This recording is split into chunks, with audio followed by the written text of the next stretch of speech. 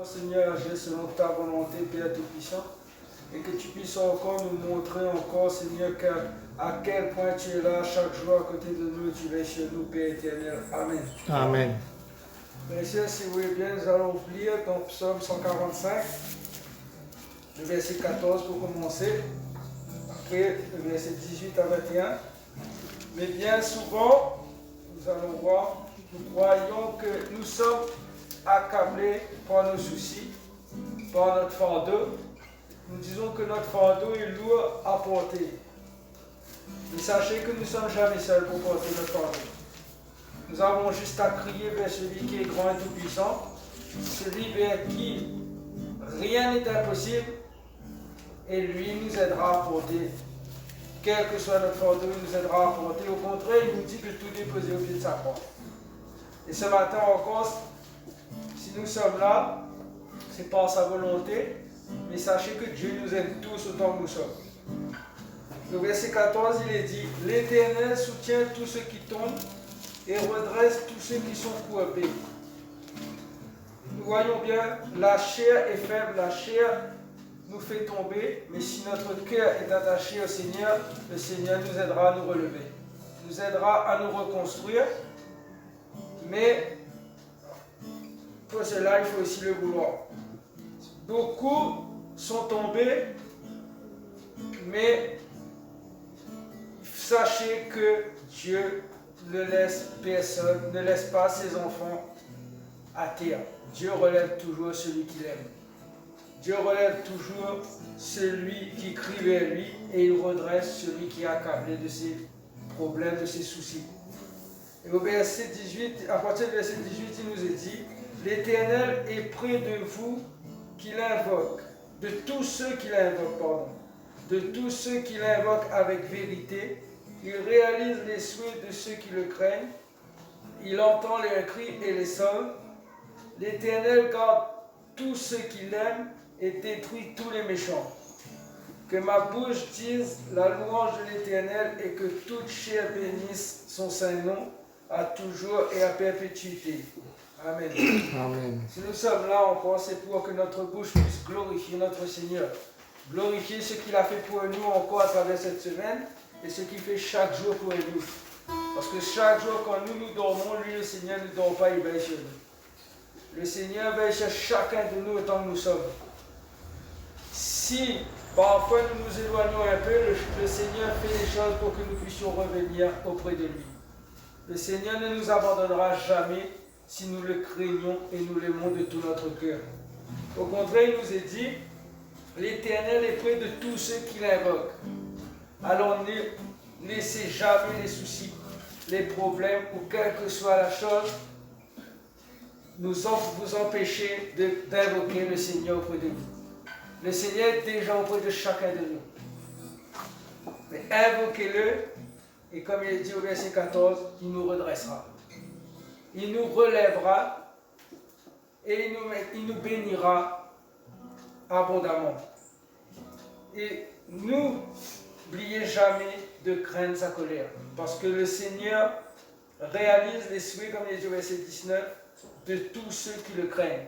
Craignez l'Éternel afin de ne pas agir selon nos propres désirs, mais afin d'agir selon sa volonté.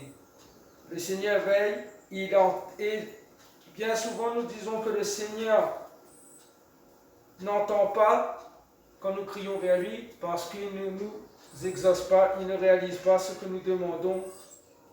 Mais sachez que le Seigneur entend tous nos cris et il ne demande qu'une seule chose, c'est de nous sauver.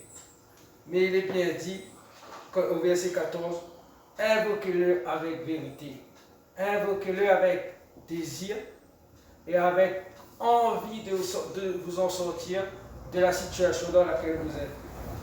Parce que tout commence par une volonté, la volonté de s'en sortir, et après les choses suivent avec le Seigneur.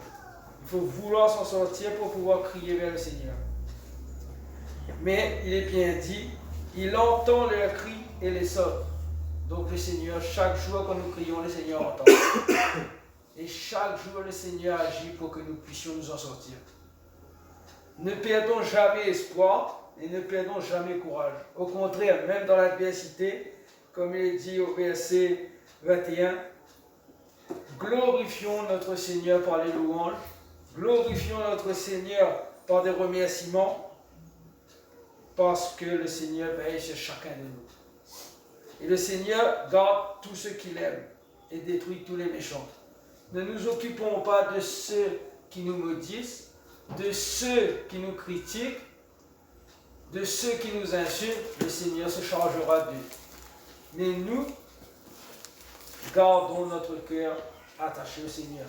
Aimons le Seigneur de tout notre cœur et le Seigneur se chargera du reste. Amen. Remettons toutes choses entre les mains de Dieu et Dieu s'occupera d'aplanir les sentiers et Dieu s'occupera de nous bénir.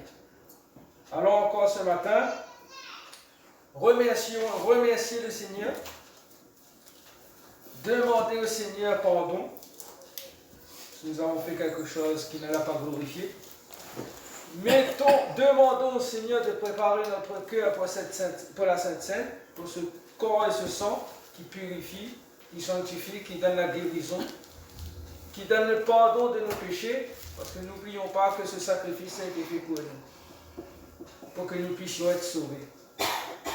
Mais ouvrons notre bouche et glorifions le Seigneur. Ce n'est pas la force du chant, ou ce n'est pas la justesse qui compte pour le Seigneur, comme il a été dit, ceux qui l'invoquent avec vérité. Donc encore ce matin, nous qui sommes là, et ceux qui écoutent, invoquons le Seigneur avec vérité pour qu'il puisse nous répondre et qu'il puisse exaucer nos prières. Nous avons toutes les cartes, si je peux dire, entre nos mains. Et toutes ces cartes proviennent du Seigneur. Alors invoquons-le, crions vers lui, et écoutons ce qu'il aura encore à nous dire à travers ce moment que nous allons passer. Seigneur, merci encore pour cette parole, Père éternel. Viens encore, Seigneur, me pardonner encore mes manquements, mes colères, Seigneur. Mais viens encore agir ce matin, Père éternel. Viens donner la paix encore, Seigneur. Viens briser encore les ailes de Satan encore ce matin, Père Tout-Puissant. Et que ton esprit encore brûle d'un feu puissant encore en ces lieux, Seigneur. Qu'il puisse encore nous bénir, Seigneur. Qu'il puisse encore nous donner la paix encore, Seigneur, nous remplir d'amour, Seigneur, nous remplir d'espoir encore ce matin, et qu'il puisse bénir chacun de nos frères et sœurs dans le monde encore, Dieu éternel. Bénis-les, fortifie-les, Seigneur, donne la force encore, Seigneur, le courage, qu'ils puissent encore trouver encore l'espoir encore vers toi, Seigneur, quand tu es le seul espoir encore de ce monde, Seigneur. Alors viens encore accomplir ton œuvre encore ce jour, Seigneur. Viens bénir encore cette table, encore, Seigneur, ce corps et ce sang. Viens encore nous donner la victoire, Père Tout-Puissant. Viens bénir encore la louange, Seigneur, que ton esprit encore remplisse notre frère, qu'il puisse nous diriger. Que notre bouche encore puisse encore ce matin, comme elle dit ta parole, glorifier ton Saint-Nom, Père éternel. Que tu puisses encore nous toucher encore ce matin, encore si tel est ton désir, Seigneur. Et que tu puisses encore bénir le frère qui va porter la parole, Père éternel. Bénir ceux qui vont écouter cette parole, Seigneur, qu'ils puissent être touchés, qu'ils puissent trouver le réconfort à travers cette parole, Seigneur, mais qu'ils puissent encore repentir et changer leur mauvaise vie encore pour donner leur vie à toi, pour la gloire de ton Saint-Nom encore au roi des rois. Bénis chacun de nous encore en cet instant, Seigneur Jésus. Amen. Amen. Bon culte, frères et sœurs. Que Dieu vous bénisse.